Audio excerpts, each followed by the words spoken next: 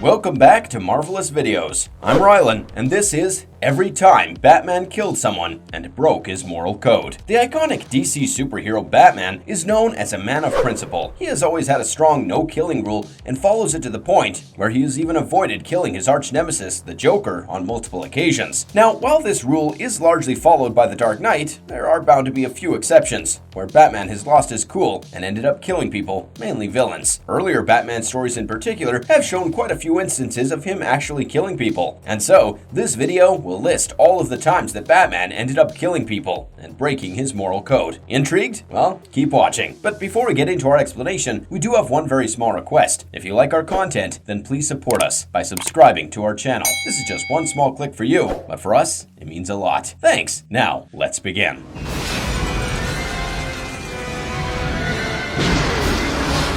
Dark Knight's Metal explores Batman's killing frenzy. Dark Knight's Metal is an epic crossover comic book event that has Batman, or should we say multiple Batmen, at the center of it all. The plot revolves around Batman discovering the dark multiverse and the presence of 7 alternate versions of Batman, who were just as evil as he was good. These versions of Batman were ruthless and merciless, and were created when Bruce Wayne's worst fears were brought to life. In the story, as Batman tries to figure out the dark multiverse, he discovers that the Joker had somehow managed to access the dark multiverse, and was planning to use it to unleash chaos and destruction upon the whole DC universe. Hence, he had to stop the Joker before the Clown Prince of Crime could realize his plans. The biggest draw about the comic book series was that we got to see Batman at his worst, seeing various versions of the Dark Knight kill, torture, and maim without any shred of remorse. In particular, in one of the Dark Knight's Metal tie-in issues, Batman the Red Death, Batman from the Dark Universe goes on a rampage and kills fellow superhero The Flash. In his grief and desperation, he fuses his own body with the Speed Force, the source of the Flash's powers. This transformation turns him into a murderous entity known as the Red Death. Then, in the final issue of the Dark Knight's Metal, Batman is infused with the Joker toxin, which causes him to hallucinate and lose control of himself. In his delirium, Batman believes that killing the Joker is the only way to end the cycle of violence between the two of them, since they are always drawn to each other like moths to a flame, and he snaps the Joker's neck, killing his archenemy, something that the fans believed he would never do. However, the Joker toxin also causes Batman to lose his sanity, and he becomes a brutal killer. He goes on a rampage, killing his own family and the members of the Justice League as well. This version of Batman, now called the Batman Who Laughs, became a major antagonist in the DC universe post his insane appearance. This particular storyline serves as a testament to Batman's dark side and what he could possibly become if he ever decided to give in to his dark impulses and break his moral code. Batman hung a villain from his batplane. In a story all the way back from 1940, Batman is shown to literally hang and kill a villain from his own batplane. One of the stories from the 1940 Batman Volume 1 issue tells the story of Dr. Hugo Strange and his villainous activities. Dr. Hugo Strange himself is Batman's oldest adversary, and is best known for being a mad scientist who would use various new inventions, gadgets, and scientific experiments to try to take down the Batman. He was seen to be quite brilliant and was also obsessed with Batman. The story starts with our villain, Dr. Hugo Strange. He breaks out of jail and then makes his way to the city's insane asylum, from where he helps 5 patients escape so that he can put his evil plans into motion. News of this escape reaches Batman via news channels, and he quickly realizes that Hugo is hatching a new scheme to terrorize the people. Exactly 1 month later, a massive 15-foot monster man appears in a crowded city in Lower Manhattan and proceeds to destroy cars, buildings, and even harm people. The monster is unfortunately able to get away and comes back again the very next day. This time, Batman smartly follows the monster as it makes its getaway to track it down to the source of the evil scheme, and he chances upon none other than the infamous Dr. Hugo Strange. Once there, Batman is caught by the Monster Men and learns that the insane scientist had transformed the asylum patients into monster men, which were raging giants that loved chaos, by using a special growth serum that he had engineered in his lab. Dr. Hugo Strange then proceeded to inject Batman with the same serum and knock him out, in hopes that Batman himself would turn into a monster man. However, it's tough to keep Batman down, and he manages to escape captivity, make an antidote for himself, and defeat 3 monster men by making them kill each other. He then decided to board the batplane to track down the rest of Strange's monster men and finish them off one by one. Batman, who by then was shown to have a special passion for firearms, used a gun to destroy Hugo's henchman's truck, causing it to collapse. He then hung the monster man that was hiding in the back of the truck from his batplane after tying a rope around his neck to catch him, and there is absolutely no restraint or remorse shown by the Dark Knight, Batman then circled the area in his aircraft, while the Monster Man's dead body simply hung from the batplane, a truly gruesome sight if we ever saw one. He pushed Hugo Strange into the ocean, seemingly killing him. This horrifying incident also takes place in the same comic book story that we just discussed. Not only does Batman kill Dr. Hugo Strange's Monster Man in quite the gruesome manner, but he also mercilessly kills Strange himself. It seems like Batman, in his early days at least, had a penchant for killing villains, and didn't really mind taking them out forever. It almost feels like his moral code was slowly built up over the years of storytelling, because in these earlier issues, well, let's just say he doesn't exactly hate killing humans. He sees it as a necessary evil to be able to rid the world of villains and protect society. Now, we all know that he killed all the monster men created by Dr. Hugo Strange in one way or another, but before he got to them, once he awoke from his slumber after being injected with the monster serum, he first encountered Dr. Strange himself. The two of them had an altercation in Strange's safe house, which results in Batman punching Dr. Strange and throwing the evil scientist out a window and into the murky waters of the ocean below. Since the safe house was situated on the edge of a cliff, it can easily be assumed that Dr. Strange died, or at the very least, suffered some grievous injuries. In fact, modern Batman would never be caught dead doing something like this. But in this specific issue of Batman Volume 1, he showed absolutely no remorse. After throwing Dr. Strange into the ocean, he even muses if this was the end of the insane scientist before going away to tackle the Monster Man.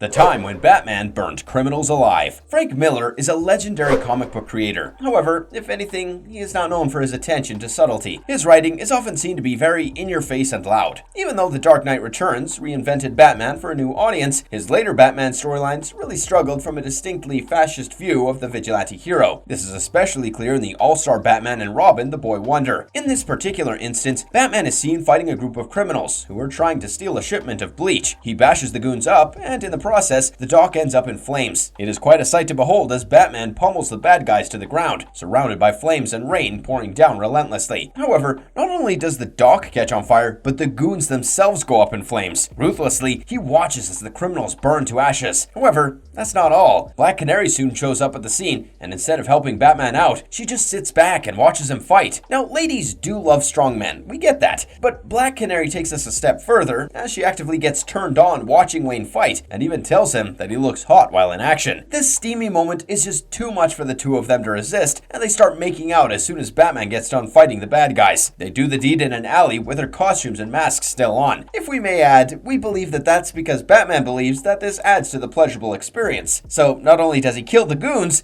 but he also indulges in pleasurable circumstances with Black Canary right next to their burning bodies.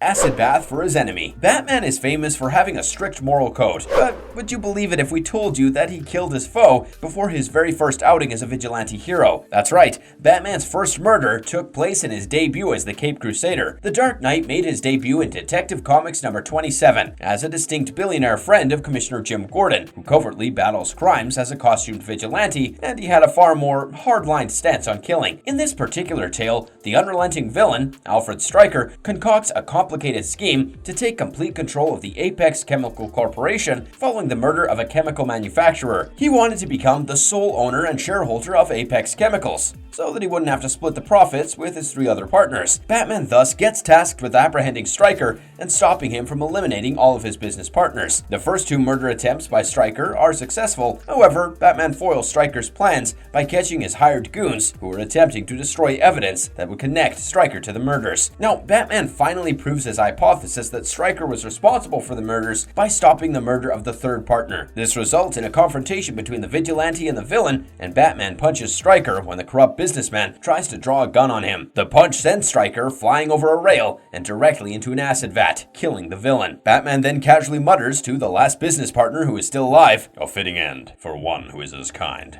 This further shows that Batman, at the time, was not really big about his moral code and held no real remorse when it came to killing his foes. Did he snap Joker's neck in The Killing Joke? The Killing Joke requires no introduction to fans of The Dark Knight. More than 20 years later after its release, Alan Moore's famous graphic novel is still regarded as one of the most famous confrontations between the Joker and the Dark Knight, and maybe the definitive account of the tragic beginnings of the Clown Prince of Crime. However, what further makes this story stand out is found in the final pages of the story. Batman seemingly snaps the Joker's neck, killing his archenemy and ending their lifelong feud. The Killing Joke, written by Brian Boland and Alan Moore, was intended to be the final Batman vs. Joker tale. As Moore portrays it, Joker has crossed a line in this tale, and it's supposed to be the final blow to their bizarre relationship. In this story, the Joker attacks Batman's close friend and ally, Jim Gordon, as well as his entire family, in a twisted vendetta to drive them all crazy. Barbara Gordon is shot, rendered paralyzed, and her father, Commissioner James Gordon, is taken hostage by the Joker. He drives Gordon to a dilapidated amusement park where he is imprisoned by the Joker. Gordon is made to watch blown-up pictures of a wounded Barbara Gordon lying nude on the ground. But Joker's depravity doesn't end there, and Gordon is then exposed in front of the amusement park's freaks, who mock him as the average man and a weakling destined for insanity. This enrages the Dark Knight, and he engages in the Joker in one last confrontation. Batman has the chance to turn his archenemy over to the law, but he declines because he has already watched too much terror at the hands of the Joker. The implication at the very end of the graphic novel is that Batman kills the Joker by snapping his neck after they share a laugh in the rain, ending the clown's rule of terror forever. This one is not like the others because Joker crossed various lines, and it all pushed Batman to finally rid the world of him.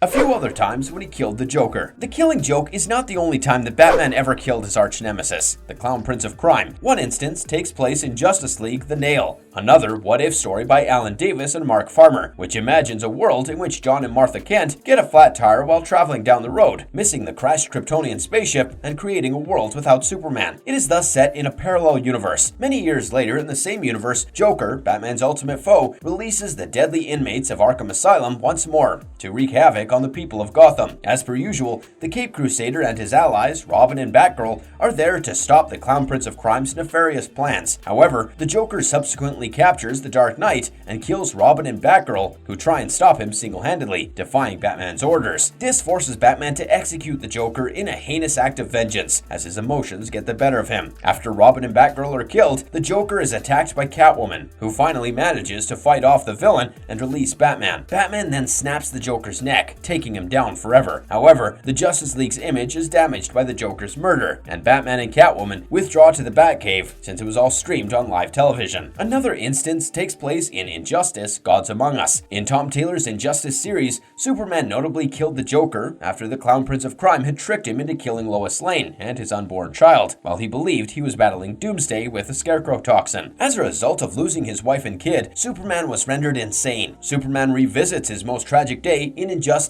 God Among Us, Year 3, Number 13, after being put into a slumber with magic dust. Batman is able to tell Superman that Doomsday was truly Lois before it was too late, saving him from losing his family this time around. Batman steps in to stop Superman from questioning the Joker. Batman then swears to Superman that he would single-handedly ensure that the Joker would never harm him again. Batman then takes the Joker and places him in the Batmobile, where he learns from his archenemy that he is the cause of the killer's grin. The villain goes on to threaten the Dark Knight that he will continue tormenting his friends. He claims that he would wait until Superman's baby was born before attempting to kill it, but Batman snaps his neck before he can finish his unhinged rambling. The time when he impaled Dracula. Yes, as insane as that sounds, Batman has actually engaged in combat with Dracula. In Doug Munch and Kelly Jones's Batman and Dracula: Red Rain, Batman battled the deadliest bloodsucker of them all, Dracula. The plot unfolds pretty much the way you'd anticipate it to. Batman once again has to confront evil, and it's up to the Dark Knight to put an end to the Count's vampire horde terrorizing Gotham as they begin feeding on the homeless people in the city. Naturally, Batman gets bitten and starts to develop vampire-like traits while battling the wicked vampires. He finally gains the strength to impale Dracula against a pole to defeat him. However, in impaling Dracula, he puts his own life in danger, as before he can kill the Count, the undead villain drains him of all his blood. In the epilogue, Batman is transformed into a full-fledged vampire. Later, after consuming his own rogues gallery, Batman transforms into a monster. He also later kills the Joker, who in the second installment of the Batman-Dracula trilogy took over leadership of Dracula's army of the undead. Here too, to acquire the strength he needs to vanquish Dracula, this Batman transforms into a vampire. Selina Kyle, a werecat creature in this world who transforms at night, also encounters Batman during this time, and realizes that they were not adversaries in this particular battle, so the two quickly form an alliance. However, when Selina is killed, Batman struggles to restrain his bloodlust, and kills the Joker by first draining his blood, and then staking him, despite attempting to use his vampiric abilities to further his vigilante and vampire hunting missions. Batman crushed one of his villains under junk vehicles. In this story, we learn that drug trafficking gangster Jose Garzonas kidnaps Jim Gordon and accuses Batman and his sidekick Robin of being responsible for the murder of his son Felipe. It turns out that Felipe was a terrible human being that would abuse both substances and women. In one particular scenario, the woman that he had abused took her own life, and nothing happened to Felipe since he had diplomatic immunity since Jose Garzonas, his father, was Bogotago's ambassador to the USA. This pissed off young Robin, and he took matters into his own hands, killing Felipe. His death was ruled as an accident, but his father was not convinced and wanted revenge on the crime-fighting duo. Thus, Garzonas drew the vigilante pair into a junkyard, using Jim Gordon as bait, holding the chief of Gotham PD at gunpoint. He did so because he knew of the close relationship between Batman and Gordon, and he knew that the Dark Knight would surely turn up to save his friend. Getting Garzona's letter that indicated that he was holding Gordon captive, Batman agreed to take his way to the junkyard. Once there, he sneaked in and began taking out Garzona's guards one at a time, and Robin attempted to end from another side. Soon, Batman was surrounded by guards, since Garzona's had enough drug money to buy a small army to keep at his disposal. However, as the battle continued, Batman and Robin managed to release Gordon, and the Caped Crusader then lured Garzonas towards a group of cars, all piled up on each other. The Dark Knight then flipped a pile of abandoned cars over, setting in the trap, flattening Jose Garzonas and killing the aggrieved father. He, however, turns this incident into a lesson for Robin, teaching him about the importance of maintaining their moral code and knowing that every action has an equal and opposite reaction. Batman buried KGB Beast alive. After 4 long issues filled with anticipation, the Dark Knight finally confronted with KGB Beast. In Batman issue 420, Batman tried to protect the President of the United States from the threat of the Beast. He knew that it was up to him to save the democratic leader of America. However, despite taking precautions, the President and Batman were ambushed by KGB Beast. Unfortunately for them, Batman was prepared, and they were both wearing bulletproof vests that meant that the assassination attempt had failed. Seeing that he had lost his chance, KGB Beast tried to escape the clutches of the Dark Knight by running into the sewer system. Batman chases him, and after finally catching up to the villain, a fight breaks out between the two of them. The Beast gains the upper hand due to his new hand weapon in the ensuing fierce battle, while Batman is only just able to contain. Batman is, however, able to jam KGB Beast's gun, and then breaks the bayonet of the weapon, causing the Beast to try to flee once more. Fortunately, it turns out that Batman had been to the tunnels before, and was aware that the Beast was headed in the wrong direction, towards a dead end. As predicted, KGB Beast finds himself stranded in a storage space and turns to challenge Batman to a duel to the end. But Batman has no desire to engage in combat. Given the situation, Batman decides to act quickly and locks KGB Beast inside the space, leaving the man to his own fate. Thus, while Batman didn't actively kill him, he did imprison the villain in the sewers behind a metal door, with no way out. Despite the controversial suggestion that Batman let the KGB starve to death, this was later retconned, revealing that the hero had actually contacted the GCPD and told them where the villain was hiding. This is not the only time that the Caped Crusader has left the KGB Beast to die. Another incident takes place when the Dark Knight fights the Russian assassin KGB Beast once more, this time in an icy Arctic tundra. KGB Beast, who was hired as an assassin by Bane to assassinate Nightwing, is stopped by the caped superhero in this particular storyline. They face off in an intense battle, and at the end of it, KGB Beast is seen lying wounded on the ground, with a broken neck after a bloody fight. The broken neck is thanks to none other than Batman, who once again leaves KGB Beast at the mercy of the elements as he walked away without helping the paralyzed villain. The Caped Crusader was merciless against letting Dr. Death die. Dr. Death is an iconic villain as far as the Batman lore is concerned. Dr. Death, who first appeared in Detective Comics number 29, was the first Batman supervillain and one of the Caped Crusader's first casualties as well. True to his name, in this story, Dr. Death created a deadly toxin, and he decided that he would use this toxin to hold the world's ransom, until everyone, especially the rich and affluent, paid tribute to him. He essentially wanted to demand money from Gotham City. However, he knew that Batman would show up to thwart his plans, and thus he decided to kill Batman before he announced that he was holding the city hostage. He set a plan into motion to identify Batman's real identity and subsequently kill him. Thus, naturally, Batman was drawn into the mix as a result of Dr. Death's schemes. However, Dr. Death and his underlings were unable to lure Batman and kill him, which pissed off the Caped Crusader even further. Finally, after pursuing the villains, Batman manages to locate Dr. Death's lab. Using a glass cutter, Batman smashes through Dr. Death's window, and he then uses his lasso to quickly lasso lasso one of the henchmen to death. Batman further pursues Dr. Death through a ground trap door as he attempts to flee, but he fails, and soon Dr. Death realizes that he's trapped as he runs back upstairs. When Dr. Death returns to his laboratory, he grabs some chemicals to hurl at Batman in hopes that he would open up an opportunity for him to flee. However, Batman snatches a fire extinguisher and tosses it at Dr. Death, causing his chemicals to fall to the ground and start a terrible fire that causes the entire laboratory to catch fire. Batman then leaves the villain to burn to ashes and not save him. However, a month later, Death made a shocking reappearance in issue number 30 because, well, let's face it, that's how comic books work, okay? In fact, this is actually one of the earliest instances of a dead figure coming back to life.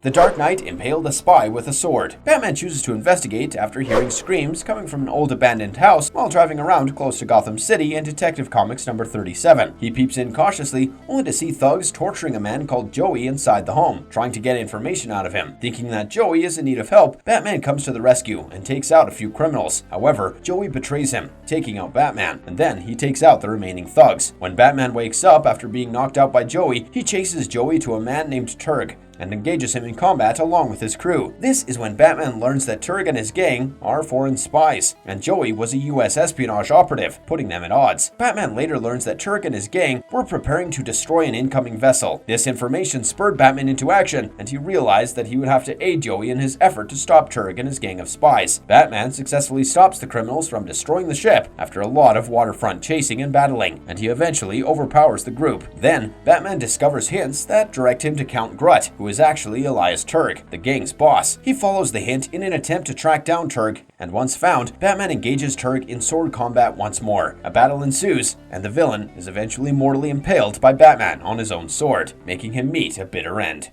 Batman the Vampire Slayer killed the Mad Monk. Nikola Tepes, aka the Monk, was the first vampire that Batman faced off against, despite facing many others over the years. Bruce Wayne and Julie Madison, his fiancée, are seen traveling through Europe in Detective Comics number 31. This is Julie Madison's first appearance, and she is taken on vacation by Bruce since he found out that she had somehow become a victim of hypnosis. Despite Bruce being suspicious of the doctor who recommended they take a vacation, he sets sail with his beautiful fiancée, but tragedy soon strikes them. They are attacked by a hooded villain, and Julie is taken hostage by the monk, cutting their journey short. Batman ends up having to travel to Paris and Hungary in the pursuit of the vampire, who oddly enough also possesses werewolf abilities. He manages to first save Julie, and then decides that he wants revenge on the Mad Monk. This sends Batman on a chase as he tries to locate the vampire. When the Cape Crusader is finally given the opportunity, he locates the monk's coffin deep inside his Hungarian castle and uses a silver bullet to kill the vampire once and for all. There is a great deal of ingenuity used in this killing, as Batman used a candle to melt a silver statue and turned the melted silver into bullets. Furthermore, it is easier to digest this killing in comparison to the many others on our list, since the Mad Monk was literally a monster and not really a human villain.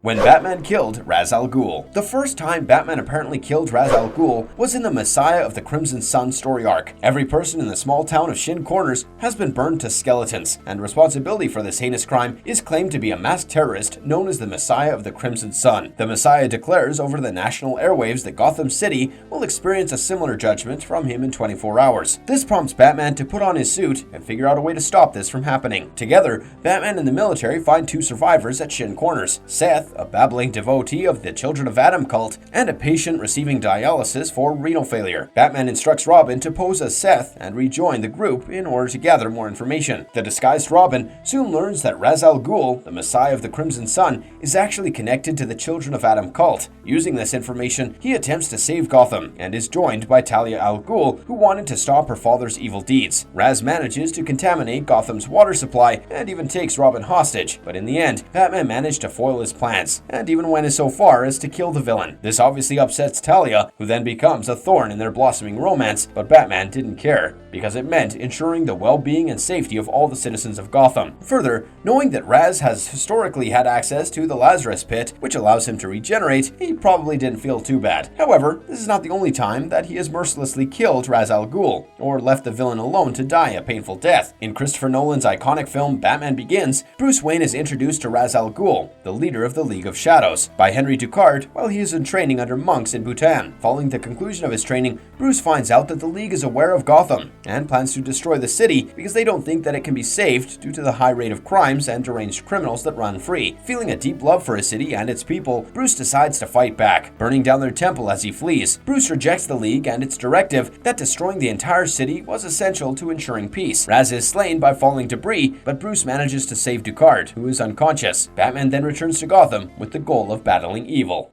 He snapped an enemy's neck like it was no big deal. This horrific incident takes place in Detective Comics issue number 30, which is the same issue that sees the return of Dr. Death. In the past, Batman simply killed criminals left and right, and the specific brutal killing was carried out by the Dark Knight so mercilessly. In this issue, Batman set out to investigate the confusing murder of a man named Mr. Jones. Upon examining the corpse, he quickly realizes that the murderer was none other than Dr. Death himself. Batman also learns from Mrs. Jones that her husband was being blackmailed by Dr. Death. This serves as enough information for the Caped Crusader, and he sets off to track down Dr. Death. He learns that Dr. Death escaped the fire that had set his lab ablaze. That night, the two of them had faced off against each other. However, he was severely injured, and that meant that his dirty work was being carried out by someone else. Batman also set out to track down Dr. Death's henchman, a big and strong man named Mikhail. He tracks him down, they have an encounter, and it all ends with Batman kicking Mikhail in his neck, snapping it. He then carries on with the rest of his duties as if nothing had ever happened, or that he hadn't just killed a man. Needless to say, this lack of remorse was quite surprising for most fans.